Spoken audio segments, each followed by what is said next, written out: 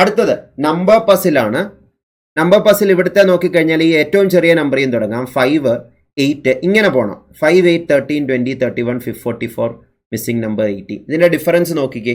5 8 തമ്മിൽ 3യുടെ ഡിഫറൻസ്, ഇവിടെ 5ൻ്റെ ഡിഫറൻസ്, ഇവിടെ 7ൻ്റെ ഡിഫറൻസ്, ഇവിടെ 11ൻ്റെ ഡിഫറൻസ്, ഇവിടെ 13ൻ്റെ difference.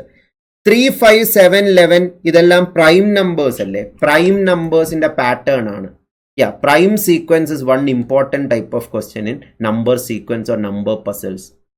Prime number in the pattern. So, ഏതെങ്കിലും സെറ്റ് ഓഫ് പ്രൈം നമ്പേഴ്സിന്റെ ഡിഫറൻസ് ആയിരിക്കും അവിടെ.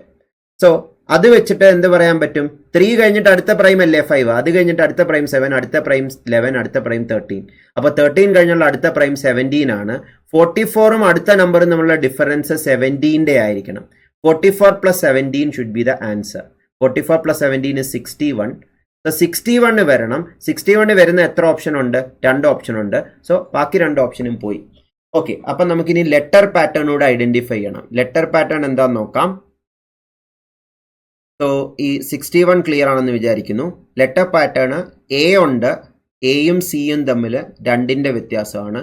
സി ഡി ഇ എഫ് 3ന്റെ വ്യത്യാസം. ഈ എഫ് ജി എച്ച് ഐ 4ന്റെ വ്യത്യാസം. അങ്ങനെയാണെങ്കിൽ ഇവിടെ 5ന്റെ വ്യത്യാസമല്ലേ വരണ്ടേ? 2, 3, 4 E F G H I. അതേപോലെ 5ന്റെ വ്യത്യാസം. ജിയിൽ നിന്ന് 5 ലെറ്റർ മുന്നോട്ട് തള്ളിയാൽ E F G H I J K L. അപ്പോൾ എൽ വരണം. So that is why L should be missing here. So third option പോയി.